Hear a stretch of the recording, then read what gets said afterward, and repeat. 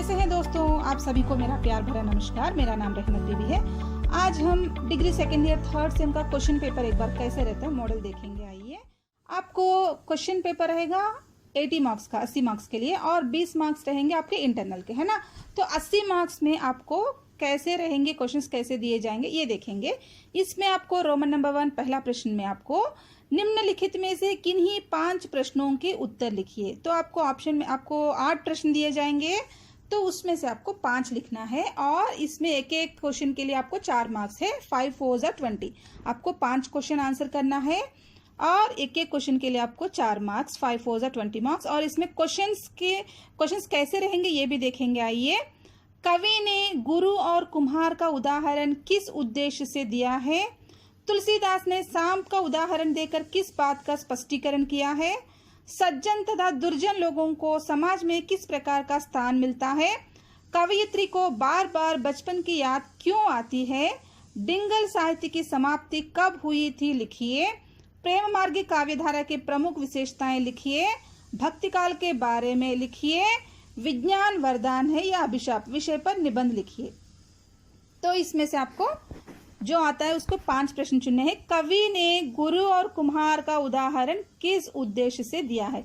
ये आपको लेसन 1 में कबीरदास के दोहे में वो दोहे का जो भी मीनिंग है इसी उदाहरण से है। देखिए, तो उसमें गुरु कुम्हार शिष्य कुंभ गड़ी गड़ी काड़े खाट अंतर हाथ सहार दे बाहर बाहे चोट, है ना। वो दोहे का जो भी मीनिंग है यहाँ पर लिखना है। तो कबीरदास ने गुरु को कुम्हार से गुरु और कुम्हार का उदाहरण देकर हमें क्या बताया है? जैसे कि गुरु एक कुम्हार की तरह है, जिस तरह कुम्हार घड़े को बनाते समय अंदर हाथ डालकर ऊपर थापे से मारकर किस तरह उसको एक रूप देता है, एक सुंदर रूप देता है ना। तो थापी से मारने पर घड़े को चोट लगता है और जो भी कचरा है वो सब बाहर आ जाता है ना। तो उसका जो भी ठीक रूप बनता है ना, उसी तरह कुम्हार घड़े को चोट पहुंचाता है, फिर भी एक सुंदर रूप आता है घड़े को, है ना। तो उसको एक सुंदर रूप लाने के लिए थापी से मारता है। उसी तरह गुरु भी कठिन अनुशासन में रखने के लिए एक बच्चे को, एक शिष्य को एक अच्छा इंसान बनाने के लिए कठिन अनुशासन के साथ उससे थोड़ा सा डिसिप्लिन पे थोड़ा सा कभी भी स्ट्रिक्ट रहता है ना। तो लेकिन वो आखिर में क्या होता है, वो अच्छा इंसान बनता है। उसी तरह कवि ने गुरु और कुम्हार का उदाहरण किस उद्देश्य से दिया है? तो आपको एक थोड़ा सा दोहे का भावार्थ यहाँ पर लिखना है। ये मतलब वो आपको पंक्तियों में उसको एक्सप्लेन करते हुए लिखना है। और आगे देखिए, तुलसीदास ने सांप का उदाहरण देकर किस बात का स्पष्टीकरण किया है? तो ये भी आपको तुलसीदास के दोहे में देखिए। नीच निचाई नहीं तजही सज्जन के संग तुलसी चंदन विपट बसी बिनु विष भये न भुजंग।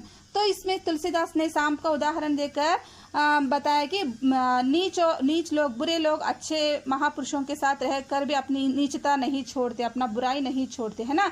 तो उसी तरह जो चंदन का वृक्ष, सांप चंदन के वृक्ष को लिपट के रहने पर भी वो अपना विष को नहीं छोड़ता, है ना। उसी तरह यहाँ पर बुरे लोग अच्छे लोगों के संग रह पर भी वो लोग नहीं बदलते। तो इसका उदाहरण आपको वो दोहे का जो भी भावार्थ है आपको यहाँ पर लिखना है। और यहाँ पर तीसरा क्वेश्चन देखिए, सज्जन और दुर्जन लोगों को समाज में किस प्रकार का स्थान मिला है? ये भी ऐसे ही है, ये भी दोहे का मीनिंग है, आप दोहे में मिल जाएंगे। और आगे देखिए, कवित्री को बार बार बचपन की याद क्यों आती है? ये मेरा नया बचपन महादेवी वर्मा का है। तो उसमें से आपको कवित्री को बचपन क्यों याद आती है? तो मेरा नया बचपन में वो पाठ का जो भी सारांश है उसमें से थोड़े लाइन्स आपको यहाँ पर लिखना है। और डिंगल साहित्य की समाप्ति कब हुई थी? लिखिए। ये आपको हिंदी साहित्य के इतिहास में से आया है प्रश्न। आपको हिंदी साहित्य के इतिहास में से एक 20 मार्क तक क्वेश्चन पेपर में मिलेंगे, तो उसको हिंदी साहित्य के इतिहास को भी आपको पढ़ना है। प्रेम मार्गी काव्यधारा की प्रमुख विशेषताएं लिखिए। ये भी आपको हिंदी साहित्य के इतिहास में से ही लिया गया है प्रश्न। भक्तिकाल के बारे में लिखिए। ये भी आपको हिंदी साहित्य के इतिहास से लिया गया है। आपको हिंदी साहित्य के इतिहास को पढ़ना है, क्योंकि उसमें से आपको 20 मार्क तो आएंगे। विज्ञान वरदान है या अभिशाप विषय पर निबंध लिखिए। तो विज्ञान वरदान है या अभिशाप विषय पर निबंध लिखिए। ये आपको निबंध में से जनरल टॉपिक है, आपको जनरल टॉपिक लिखना है। तो इसमें से आपको जो भी प्रश्न आते हैं वो चुनकर 5 लिखना है। आगे देखिए, आपको निम्नलिखित में से किन्हीं दो की संदर्भ सहित व्याख्या लिखिए। आपको 4 कविताएं दिए जाएंगे, तो उसमें से आपको 4 में से आपको 2 को चुनना है और उसका संदर्भ सहित व्याख्या लिखना है। तो देखिए, पहला, गुरु कुम्हार शिष्य कुंभ है, गड़ी गड़ी काड़े खोट, अंतर हाथ सहार दे, बाहर बाहे चोट। तो आपको हमें अभी हमने डिस्कस किया था ना, तो उसका आपको संदर्भ सहित कवि लिखना है, उसके बाद में प्रसंग, उसके बाद में भावार्थ लिखना है। मैया, दूसरा देखिए, मैया कबही पड़ेगी चोटी, कितनी बार मोही दूध पिवत भई, यह अजहू है छोटी, तू जो कहती बल्कि बेनी, जो है लांबी मोटी, काड़त गिहत नहावत ओछत नागिन सी बुई लोटी, काचो दूध पियावत पची पची देत न माखन रोटी, सूर श्याम चिरजीव दो भैया, हरि हलधर की जोटी। तो ये हमें सूरदास के पद में से लिया गया है। तो इसमें तुम श्री कृष्ण पूछते हैं ना, तो बलराम की तरह मेरी चोटी कब बढ़ेगी माँ, तुम मुझे इतना खिलाती हो फिर भी मेरी चोटी छोटी ही है, बढ़ती नहीं है, ये सब कहते हैं ना। तो उसको यहाँ पर आपको इसका भावार्थ लिखना है संदर्भ सहित व्याख्या में। तीसरा वाला देखिए, हे नव युवाओं देश भर की दृष्टि तुम पर ही लगी है, मनुज जीवन की तुम्ही में ज्योति सबसे जगमगी, दोगे न तुम तो कौन देगा योग देशोद्धार में, देखो कहाँ क्या हो रहा है आजकल संसार में। तो हमने ये आपने पढ़ा है ना, नवयुवकों से, है ना, मैथिली शरण गुप्त का बहुत प्रसिद्ध कविता है ना। तो इसमें आपको नव युवाओं को संदेश दे रहे हैं कि नव युवाओं जग जाओ, तो देश भर की दृष्टि तुम पर ही लगी है, तो जो भी करना है देश के उद्धार के लिए तुम ही को करना है, और किसको करना और कौन करेगा। तो तुम नहीं देश के उद्धार में तुम भाग नहीं लोगे, तुम योग नहीं दोगे तो कौन देगा। तो इस तरह हमें नवयुवकों को जागृत कर रहे हैं मैथिली शरण गुप्त जी। तो इसका आपको संदर्भ सहित व्याख्या लिखना है। और देखिए आगे, देखिए, आहा खेलता कौन यहाँ शिशु सिंह से, आज वृंद के सुंदर सुखमय भाग्य सा, कहता है उसको लेकर निज गोद में, खोल खोल मुख सिंह बाल, मैं देख कर गिन लूंगा तेरे दांतों को, है भले देखूं तो कैसे यह कुटिल कठोर है। तो ये आपको भारत जयशंकर प्रसाद जी की रचना है। तो यहाँ पर दुष्यंत का जो भी पुत्र है भरत रहता है, तो भरत के बारे में उनके वीरता के बारे में इसमें वर्णन किया गया है। तो आपको ये 4 में से आपको जो भी बहुत अच्छे से आते हैं 2 की संदर्भ सहित व्याख्या लिखना है। एक एक के लिए आपको 6 मार्क है, 2 6 12 मार्क्स। ओके, तो आगे जाएंगे। आगे देखिए, किसी एक कविता का सारांश लिखिए। आगे प्रश्न में आपको एक कविता का सारांश लिखना है 12 मार्क के लिए। आपको 3 दिए जाएंगे, 3 में से आपको एक चुनना है, एक कविता का सारांश लिखना है। तो पहला वाला देखिए, तुलसी के दोहे का सारांश लिखिए। मतलब इसमें से आपको पूरे दोहों का सारांश मिलाकर यहाँ पर लिखना है, तो उसके लिए आपको 12 मार्क मिलेंगे। और आगे, जीवन का अधिकार कविता का सारांश लिखिए, या नहीं तो मेरा नया बचपन कविता का सारांश लिखिए। ये तीनों में से आपको जो आता है, तीनों में से एक को चुनकर लिखना है आपको। आगे देखिए, हिंदी साहित्य के इतिहास के आदिकाल और भक्तिपाल पर आधारित प्रश्न पूछे जाएंगे। इसमें से आपको देखिए फर्स्ट क्वेश्चन है, जो पहला प्रश्न है, आदिकाल काव्य की रचनाओं की विवेचना कीजिए, अथवा भक्तिकाल कितनी प्रकार की शाखाओं में विभक्त है, विवरण दीजिए। तो इसमें से आपको ये एक प्रश्न, 2 में से आपको एक प्रश्न का उत्तर देना है। इसके लिए आपको 12 मार्क मिलेंगे। तो आगे देखिए, किन्हीं 2 कवियों का संक्षिप्त परिचय लिखिए। तो आपको 4 कवियों का नाम दिया जाएगा, तो उसमें से आपको जो भी आते हैं 2 कवियों के बारे में लिखना है। एक एक के लिए 6 मार्क है। यहाँ पर आपको 2 प्रश्न के लिए आपको 12 मार्क मिलेंगे।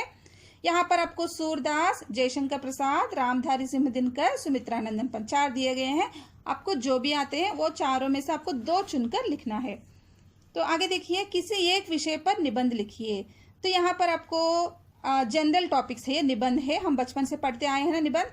तो उसमें से आपको 3 दिए जाएंगे, 3 में से आपको एक विषय पर निबंध लिखना है।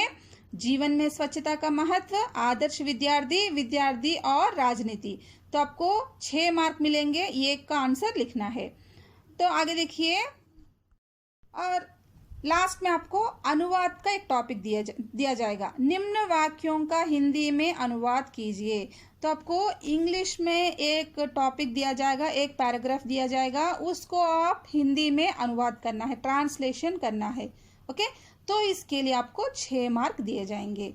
तो आपको ट्रू ट्रांसलेशन अगर नहीं भी कर सकते हैं तो वर्ड टू वर्ड नहीं भी वर्ड टू वर्ड करने की ज़रूरत नहीं है। पूरा आपको समझकर, अगर वर्ड टू वर्ड का नहीं कर सक रहे, सेंटेंस टू सेंटेंस नहीं कर सक रहे, तो पूरा समझकर आपको उसका अगर भाव भी लिखेंगे तो भी आपको थोड़े बहुत मार्क्स दिए जाएंगे।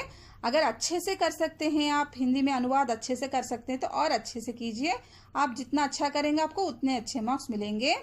आपको ये मॉडल पेपर है, इसके अनुसार आपको पढ़ना है। मैं हिंदी साहित्य के इतिहास में जो वीडियोस नहीं बनाई, मैं जितना हो सके मैं कोशिश करूँगी जो मेरा नया बचपन और हिंदी साहित्य के इतिहास में 1-2 वीडियोस बनाने के लिए कोशिश करूँगी।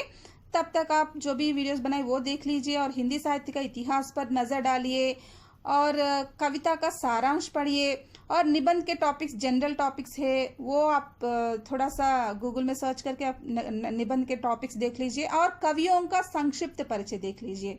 कवियों के बारे में हम लोग बचपन से पढ़ते आए ना, तो उनके बारे में, उनके जो भी, उनका जन्म कहाँ हुआ, उनका जो भी मृत्यु और उनकी रचनाएं क्या है, तो उनके जो भी अवार्ड्स जो भी है, उनके क्या क्या पुरस्कार मिले, वो सब आपको वहाँ पर लिखना है। तो यहाँ तक है आपका क्वेश्चन पेपर। मैं जितना हो सके वो करूँगी। धन्यवाद। अगर आपको मेरा वीडियो पसंद आया तो लाइक कीजिए, शेयर कीजिए। अगर आपके दोस्त भी है तो उनको शेयर कीजिए, उनको सब्सक्राइब करने के लिए बोलिए, मुझे एंकरेज कीजिए। मैं आपको और भी अच्छे अच्छे वीडियोस बनाऊंगी। आप मेरे वीडियोस पर एक लाइक ज़रूर दबाना। थैंक यू, धन्यवाद, ऑल द बेस्ट।